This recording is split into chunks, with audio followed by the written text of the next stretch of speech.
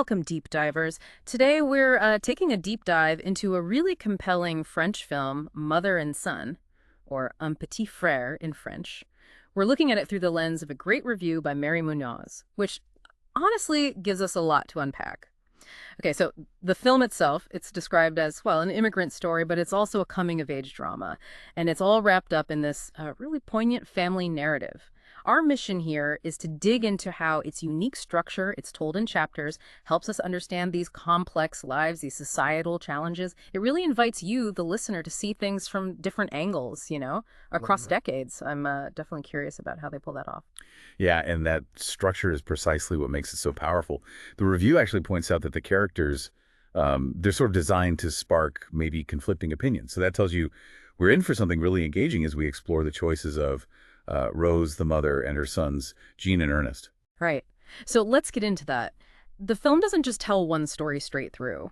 It unfolds in these distinct chapters. Each one focuses on a different family member, Rose, then Jean, then Ernest, and it covers their lives from the 80s basically up to now. What immediately jumped out at me from the review is how this gives you this almost intimate look, right, into their individual worlds within the same family story. Exactly. Take Rose, the mother. Her chapter, which tends to come first, it really grounds that immigrant experience in, well, profound personal sacrifice. You see her journey from the Ivory Coast to France back in the 80s. And it's not just a move, it's portrayed as this series of incredibly tough choices, all for her kids' survival, their future. We see her doing these exhausting jobs, often invisible work, navigating a whole new culture, the heartbreak of leaving one son behind initially. The review really emphasizes that the film doesn't sugarcoat the immense burden she carries, and that, yeah, that can definitely lead to those conflicting opinions about her decisions. Was leaving her youngest son behind, even temporarily, the right call? It makes you think. That's where it really lands emotionally, doesn't it? It makes you wonder, what would I do? And then the perspective shifts. We move to Jean, the older son. His story is more coming of age, set against that immigrant backdrop in France. What's really striking about his part, I think, is how it shows those unspoken pressures, on the kids born or raised in the new country. It really does.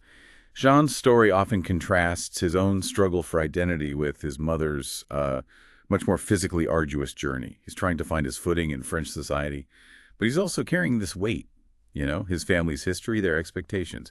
The review mentions how his storyline touches on that subtle, everyday prejudice and the challenges of forming relationships when your background is so different. You see him trying to build a quote-unquote normal life, right? Even while he's grappling with what his mother went through for him. It's a really potent look at how parents' choices just ripple outwards, shaping their kids' lives in ways they might not even get until later. Okay, and then this is where it gets really interesting for me. The film pivots again to Ernest, the younger brother. Maybe he was born later, perhaps entirely in France.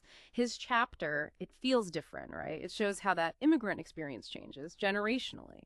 It demonstrates how the groundwork Rose laid and the path John forged, how that impacts Ernest, his sense of belonging, his opportunities, even how he understands his own heritage. Precisely. Ernest's view often gives us a lens into the legacy, you could say, of immigration. So maybe he didn't face the same initial struggles as his mom, or the same identity conflicts as Jean, not in the same direct way. But the film subtly shows how their experiences still shape the world he lives in. Maybe he benefits from the sacrifices, sure, but he also carries a different kind of weight.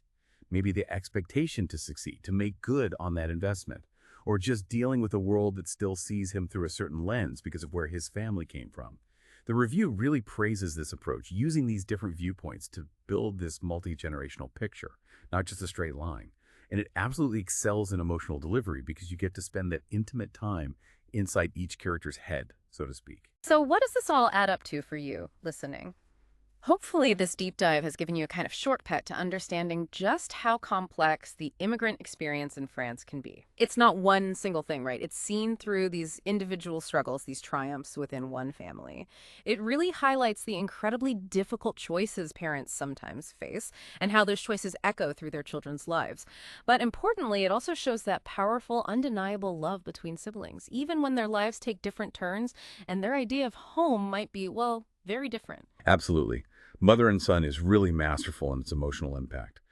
That chapter structure gives us such intimate access to Rose, Jean, and Ernest at these really different points in their lives. It brings their journeys vividly to life.